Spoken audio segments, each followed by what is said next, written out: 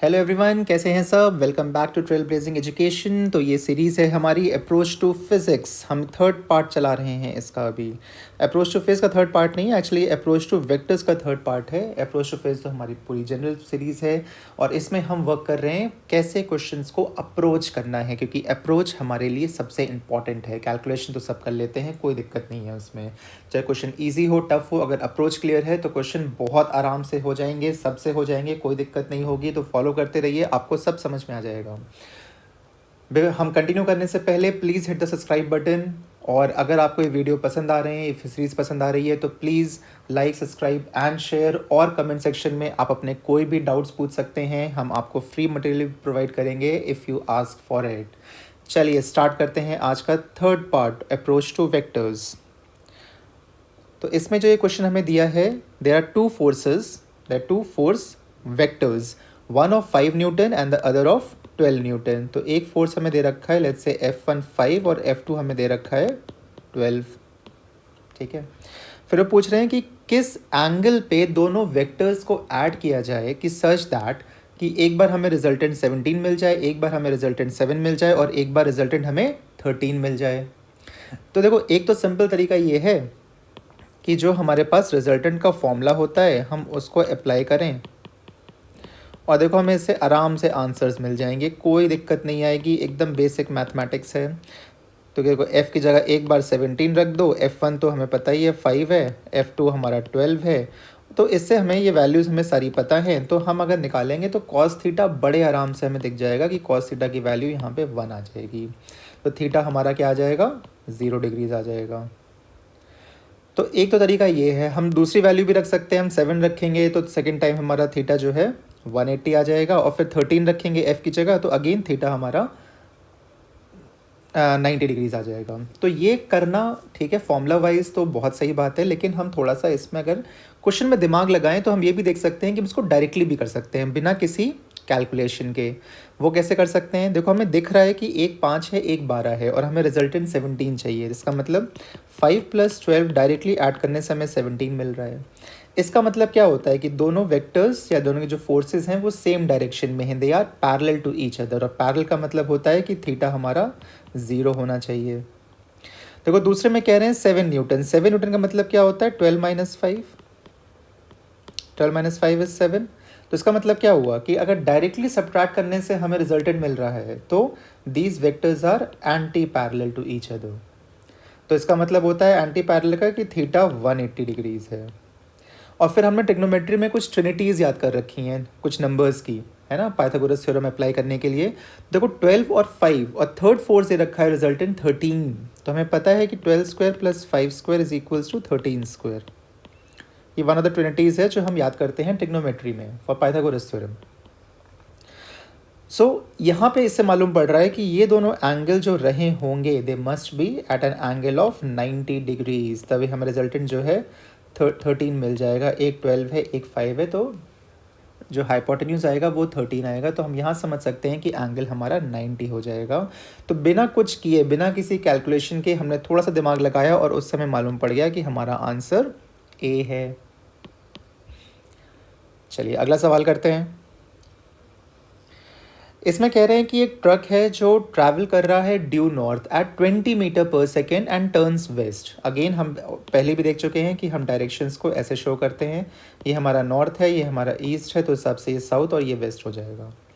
तो now truck, अब इसको हम एक्स और वाई एक्सिस के टर्म से भी लिख सकते हैं। So truck is travelling due north at 20 metre per second. That means जो हमारी इनिशियल वेलोसिटी है वो हम लिख सकते हैं कि it is 20 metre per second. किस डायरेक्शन में, जे डायरेक्शन में, नॉर्थ ऊपर की तरफ जाते हुए ना, मतलब in the south to north direction. तो 20 जे कैप हो गया ये। Travels the same then truck due north at 20 metre per second and then it turns west. देखो नॉर्थ से पहले नॉर्थ जा रहा था, फिर वो वेस्ट टर्न कर गया। तो अब जो फाइनल वेलोसिटी हम लिखेंगे, इनिशियल वेलोसिटी ये लिख दी, फाइनल वेलोसिटी हमारी क्या हो जाएगी, अगेन 20 मीटर पर सेकेंड है, but now in the -i cap direction. Direction के साथ लिखेंगे और फिर चेंज इन वेलोसिटी पूछेंगे। तो चेंज इन वेलोसिटी क्या हो जाएगा, delta V will be equal to final velocity minus initial velocity. तो हम यहाँ क्या लिख सकते हैं, देखो फाइनल वेलोसिटी कितनी है, -20 i कैप, और ये है हमारी -20 j कैप। ठीक है। तो अब यहाँ से हम क्या निकाल सकते हैं, हमारा जो रिजल्टेंट आएगा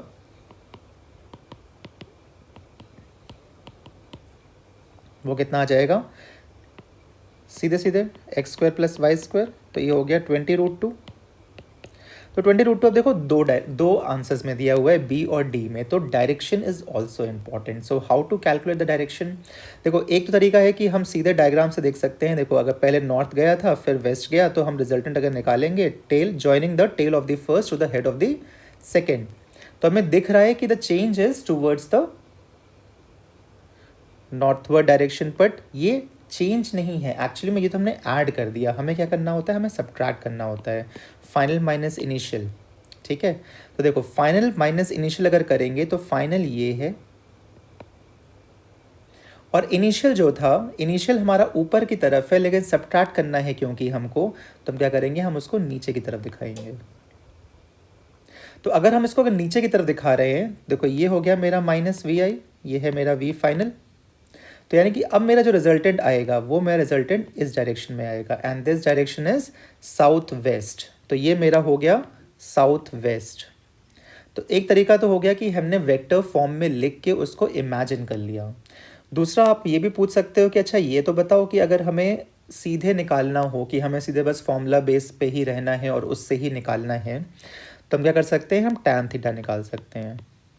tan theta is y by X, तो y -20 है और x भी -20 है, तो देखो ये 1 आ जाएगा। तो थीटा आ गया मेरा π/4। अब π/4 जो है 0 से लेके 2π हमारा जो एंगल होता है, इसमें 2 बार टैन थीटा हमारा थीटा, हाँ सॉरी, टैन थीटा 1 2 बार होता है, सिर्फ π/4 पे ही नहीं होता, वो एक बार और कहाँ पे होता है, it also happens at π + π/4 which is 5π/4 third quadrant. तो एक बार फर्स्ट क्वाड्रेंट में, एक बार थर्ड क्वाड्रेंट में। तो अब हमें थोड़ा सा ही देखना पड़ेगा कि हमारा जो एंगल हमें चाहिए वो किस डायरेक्शन में चाहिए। यहाँ हमें दिमाग लगाना पड़ेगा इस चीज़ में, क्योंकि देखो दोनों नेगेटिव हैं। दोनों नेगेटिव कहाँ पे होंगे, थर्ड क्वाड्रेंट में दोनों नेगेटिव होंगे ना। देखो यहाँ पे दोनों नेगेटिव आ रहे हैं। दोनों अगर कोऑर्डिनेट्स हमारे आई और जे अगर नेगेटिव हैं, that means we are in the third quadrant, और थर्ड क्वाड्रेंट का जो एंगल आएगा वो 5π/4। तो आंसर हो गया 5π/4। 5π/4 का क्या मतलब है, ये मेरा वेक्टर होगा, this angle is 5π/4 which is also 225 degrees. तो ये यहाँ पे समझने वाली बात थी कि डायरेक्शन कैसे निकालना है। तो या तो विजुलाइजेशन कर लें हम सीधे वेक्टर फॉर्म से, या फिर हम डायरेक्टली निकाल सकते हैं मैथमेटिकली एज वेल। मैथमेटिकली चलेंगे तो बहुत सारे जो डिफ़िकल्ट क्वेश्चंस होते हैं, कॉम्प्लेक्स क्वेश्चंस होते हैं, वहाँ पे हम इसको ईजिली अप्लाई कर पाएंगे। लेकिन विजुलाइजेशन भी इम्पॉर्टेंट है, क्योंकि बहुत सारे क्वेश्चन सिर्फ विजुलाइजेशन से हो जाते हैं, हमें बहुत सारे कैलकुलेशंस करने की ज़रूरत नहीं होती है। तो दोनों मेथड का ध्यान रखेंगे, ठीक है। एक अपना जो नॉर्मल वेक्टर फॉर्म है, और दूसरा we will apply the vector form, फिर उसमें पूरा मैथमेटिक्स और ट्रिग्नोमेट्री घुसा के हम उसको क्वेश्चन करते हैं। नेक्स्ट सवाल पे चलते हैं, 11वां सवाल। देखो, an object of mass m kg with speed v metre per second strikes a wall at an angle theta and rebounds at the same angle and the same speed. Find the magnitude of the change in momentum of the object. तो magnitude क्या होगा, देखो एक wall हम बना देते हैं। हमने एक वॉल बनाई और उस पे आके एक बॉल स्ट्राइक कर रही है, ठीक है, at an angle theta, and rebounds at the same speed and the same angle. तो सेम स्पीड और सेम एंगल से वो रिबाउंड कर रहा है ये। तो देखो अब हम क्या करेंगे, हमारा सिंपल सा काम है, we will final initial momentum निकालेंगे, फाइनल मोमेंटम निकालेंगे और दोनों को माइनस कर देंगे, वेक्टर फॉर्म में लिखेंगे, ठीक है। वेक्टर फॉर्म में लिखेंगे तो कभी कोई दिक्कत नहीं होगी। देखो ये मेरा इनिशियल मोमेंटम है, ये मेरा फाइनल मोमेंटम है ना। तो इनिशियल मोमेंटम मेरा कितना हो जाएगा, देखो अगर मैं इसको रिजॉल्व करूँगा दो एक्सिस के अलोंग, तो एक ये और एक ये एंगल थीटा है, तो ये एंगल थीटा हो जाएगा, ठीक है। तो देखो ये हो गया PI sine theta I cap plus P I sorry minus, क्योंकि नीचे की तरफ जा रहा है, देखो नीचे की तरफ वाई डायरेक्शन में, तो P I cos theta J cap. कई बार कन्फ्यूजन होती है कि साइन किधर लेना है, कॉस किधर लेना है। हमेशा याद रखना है जब भी रिजॉल्व करेंगे वेक्टर्स को, तो एंगल के बगल वाला जो साइड होता है वहाँ पे कॉस जाता है, और जो दूर वाला साइड होता है वहाँ पे साइन जाता है। तो C for close, C for cos, पास में क्लोज में, तो वहाँ पे कॉस। तो इसलिए देखो जे डायरेक्शन में नीचे की तरफ हमने कॉस थीटा लिया है और हॉरिजॉन्टली हमने साइन थीटा लिया है। वैसे ही पी फाइनल मेरा हो जाएगा, वेक्टर फॉर्म में लिख रहे हैं, ठीक है। और ये पी एफ क्या है, ये पी एफ जो मैंने लिखा है बिना वेक्टर फॉर्म के, that's a magnitude. So P F, अब देखो ये नीचे जो पी एफ है मेरा, इसको अगर रिजॉल्व करेंगे तो ये अलग से बना देते हैं। नीचे की तरफ है P F, this angle is theta, ठीक है। तो अब देखो अगेन हॉरिजॉन्टल वर्टिकल, तो ये हो जाएगा P F sine theta I cap, लेकिन विद अ माइनस साइन, है ना, माइनस साइन आएगा। उसके बाद plus again minus P F cos theta J cap, ये भी नीचे की तरफ है, ठीक है। तो दोनों में जो वर्टिकल कंपोनेंट्स हैं वो दोनों माइनस जे की तरफ हैं। पहले वाले में जो मेरा आई कंपोनेंट था, जो हॉरिजॉन्टल कंपोनेंट था, वो राइट साइड था। नीचे वाले में जो फाइनल मोमेंटम वाला जो पार्ट है उसमें लेफ्ट हैंड साइड है। तो हमें अब सिंपली क्या करना है, हमें फाइनल चेंज इन मोमेंटम निकालना है, डेल्टा पी। डेल्टा पी निकालेंगे तो delta P will be P F minus P I. तो देखो अब P F minus P I अगर हम करेंगे, अच्छा, और ये भी याद रखना है कि जो मैग्नीट्यूड है पी एफ और पी आई का सेम है ना, क्योंकि उन्होंने दे रखा है कि पी एफ और पी आई का मैग्नीट्यूड सेम है, सेम स्पीड से गए हैं, क्योंकि उससे रिबाउंड हुआ है तो सेम स्पीड से हुआ है। तो m into v, mass into velocity is momentum, तो वो इक्वल होगा। तो अगर ये इक्वल हैं पी आई और पी एफ, तो अगर मैं उसको पी से रिप्लेस कर दूं, तो आप जब इसको माइनस करोगे आप ध्यान से देखोगे जो जे कॉम्पोनेंट हैं वो कैंसिल आउट हो जाएंगे, और यहाँ पे आ जाएगा minus two P sine theta I cap. तो ये मेरा चेंज इन मोमेंटम हो गया। That means answer is B, ठीक है। चलो अगला सवाल देखते हैं, समझते जाना भाई साहब। कोई भी दिक्कत हो please ask in the comment section.